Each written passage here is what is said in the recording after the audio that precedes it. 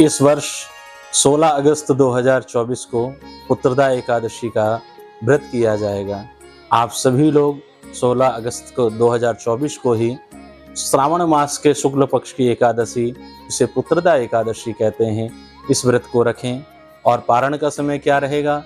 17 अगस्त 2024 प्रातः काल आपने 5:32 से लेकर के सुबह 8:06 के मध्य में ही पारण करना है। ये पारण का समय रहेगा। पूजा विधि कैसे करनी है, किस प्रकार हम भगवान की पूजा करें? एकादशी के दिन प्रातः काल शीघ्र उठना चाहिए। सूर्योदय से पहले भगवान लक्ष्मी नारायण का ध्यान करते हुए शुद्ध वस्त्र धारण करना चाहिए। भगवान लड्डू गोपाल जी की, शालिग्राम जी की सेवा करनी चाहिए। स्नान आदि करा करके उनका चरणोदक लेना चाहिए और भगवान की सुंदर आरती करनी चाहिए। ओम नमो भगवते वासुदेवाय द्वादशाक्षर मंत्र का हमें जप अवश्य करना चाहिए। श्रावण मास के शुक्ल पक्ष की एकादशी, जिसे हम पुत्रदा एकादशी कहते हैं, धर्मराज युधिष्ठिर ने भगवान मधुसूदन, भगवान कृष्ण से पूछा, हे जनार्दन, हे केशव, आप कृपा करके मुझे श्रावण मास के शुक्ल पक्ष की एकादशी, इसका नाम क्या है, महात्म्य क्या है, कृपा करके कहें।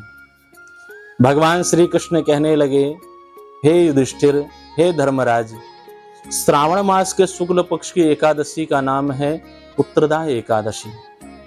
और जो व्यक्ति इस व्रत को धारण करता है उसको पुत्र की प्राप्ति होती है। द्वापर युग में एक बड़ा सुंदर नगर था, नाम था माहिष्मति। वहां एक राजा राज्य करता था, महिजित नाम का, जो सदैव धर्म का पालन करता हुआ प्रजा को सदैव पुत्र की भांति स्नेह करता, प्रजा का पालन करता, और सभी प्रजाजन बहुत प्रसन्नता से अपने राजा का सम्मान किया करते, भगवान का पूजन किया करते। एक बार बहुत समय व्यतीत होने पर राजा के मन में आया कि मेरी कोई संतान नहीं है, मुझसे ऐसा कौन सा पाप हो गया है जिससे मुझे पुत्र की प्राप्ति नहीं हो रही है, मुझे पुत्र प्राप्त नहीं हुआ। एक सभा बुलाई गई। सभा बुला करके मंत्रियों के साथ, प्रजाजन के साथ राजा ने अपने मन की बात को रखी और पूछा कि किस पाप के कारण मुझे पुत्र की प्राप्ति नहीं हो रही है।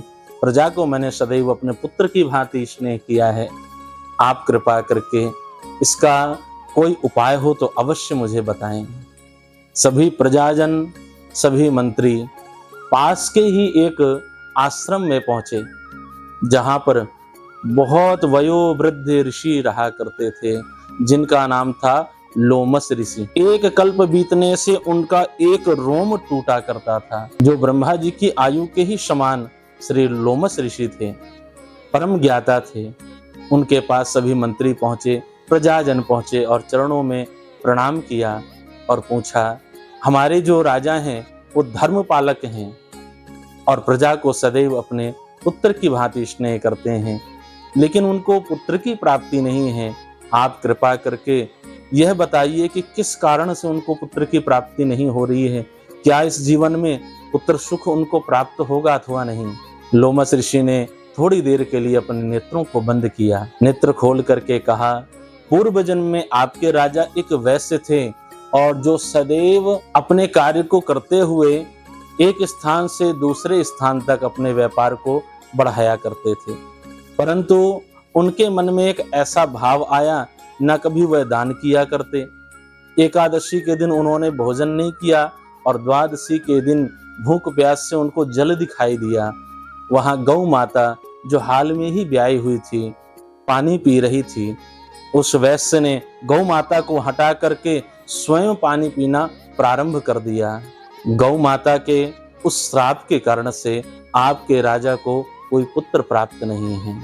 अब आप जाकर के श्रावण मास के शुक्ल पक्ष की एकादशी, जिसे पुत्रदा एकादशी कहते हैं, आप सभी प्रजाजन इसका व्रत करें और उसका पुण्य अपने राजा को समर्पित कर दें, जिससे अवश्य ही उनको पुत्र की प्राप्ति होगी। सभी ने मिलकर के श्रावण मास के शुक्ल पक्ष की एकादशी, जिसे पुत्रदा एकादशी कहा जाता है, उसका व्रत किया। व्रत करने के बाद अपने राजा को उसका पुण्य समर्पित कर दिया। उस पुण्य के प्रभाव से रानी गर्भवती हुई और सुंदर पुत्र रत्न की प्राप्ति हुई। जो ये पवित्र कथा का श्रवण करते हैं उन्हें वाजपेयी यज्ञ का फल प्राप्त होता है और उनको अवश्य ही पुत्र रत्न की प्राप्ति होती है और समस्त पापों से वह मुक्त हो जाते हैं।